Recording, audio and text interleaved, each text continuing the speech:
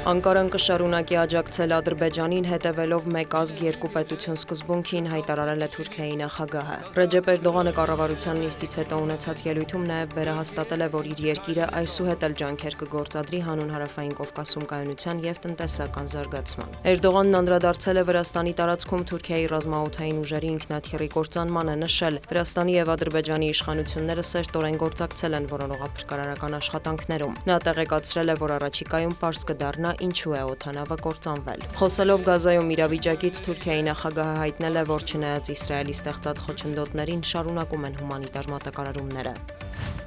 ՄԱԿ-ի անվտանգության խորհուրդը Գազայում խաղաղության ամերիկյան ծրագրին աջակցող բանաձև է ընդունել։ Փաստաթուղթը կոչ է անում ստեղծել կայունացնող միջազգային ուժեր, որոնք կապահովեն Գազայի անվտանգությունը։ Թե որ երկրներն են ներգրավվելու նախաձեռնությանը չի նշվում։ ԱԽ անդամները նաև ողջունել են ԱՄՆ նախագահի վերահսկողության ներքո անցումային վարչակազմ ստեղծելու գաղափարը։ Փաստացի այս բանաձևն ազդարարում է Գազայում խաղաղության ԱՄՆ նախագահի 20 կետանոց ծրագրի երկրորդ փուլի մեկնարկը։ Բանաձևին կողմ է քվեարկել ՄԱԿ անվտանգության խորհրդի 15 անդամից 13-ը, Ռուսաստանը և Չինաստանը ձեռնպահ են մնացել։ ՄԱԿ-ում Մոսկվայի մշտական ներկայացուցչությունը անհասկանալի և ոչ միանշանակ է որակել բանաձևը։ Գլխավորն այն է, որ այս փաստաթուղթը պաղեստինյան օկուպացված տարածքներում Միացյալ Նահանգների և Իսրայելի անվերահսկելի փորձարկումների քողարկում չդառնա, ասված է ռուսական կողմի հայտարարության մեջ։ ՀԱՄԱՍ-ը քննադատել է ԱԽ բանաձևը, պնդելով, որ այն չի հարգում պաղեստինցի ժողովրդի իրավունքներն ու պահանջները։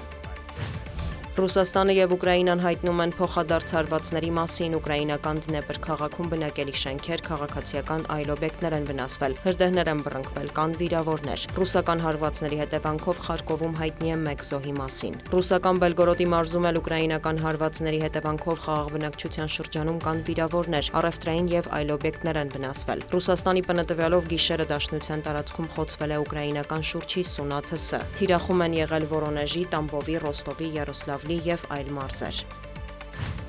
ԱՄՆ նախագահը չի բացառել մեքսիկական թմրակարտելների դեմ ռազմական գործողությունների հավանականությունը։ Դոնալդ Թրամփն ընդգծել է Միացյալ Նահանգներ թմրանյութերի հոսքերը դադարեցնելու կարևորությունը, բայց նախ հարկավոր է դիմել կոնգրեսին, հարկավոր է, որ և դեմոկրատները և հանրապետականները համաձայնեն, սակայն դեմոկրատները մի փոքր խելագար են և կարող են դեմ արտահայտվել, պնդել է Սպիտակ տան ղեկավարը։ Ավելի վաղ պետքարտուղար Մարկո Ռուբիոն հայտարարել էր, որ Վաշինգտոնը սերտորեն գործակցում է Մեքսիկայի հետ թմրանյութերի ապօրինի շրջանառության դեմ պայքարի շրջանակում։ Լրագրողների հետ զրույցում Դոնալդ Թրամփը ցանկություն է հայտնել ոչնչացնել նաև իր ձևակերպմամբ Կոլումբիայում գործող կոկաինի գործարանները։ Կոչնչացնեի արդյոք դրանք։ Այո, չեմ ասում, որ կանեմ, բայց հպարտ կլինեի դա անել, հավելել է ԱՄՆ նախագահը։ Թրամփը չի բացառում Վենեսուելայի դեմ գործողություններ անցկացնելու հնարավորությունը։ Նրանք 100 հազարավոր մարդկանց բանտերից ուղարկել են մեր երկիր, այնտեղից թմրանյութերի ահռելի հոսքեր կան, մտահոգություն է հայտնել ԱՄՆ նախագահը։ Միևնույն ժամանակ պատրաստակամություն հայտնել բանակցել Վենեսուելայի առաջնորդ Նիկոլաս Մադուրոյի հետ։ Վերջինս ևս հայտարարել է, որ բաց է Թրամփի հետ երկխոսության համար։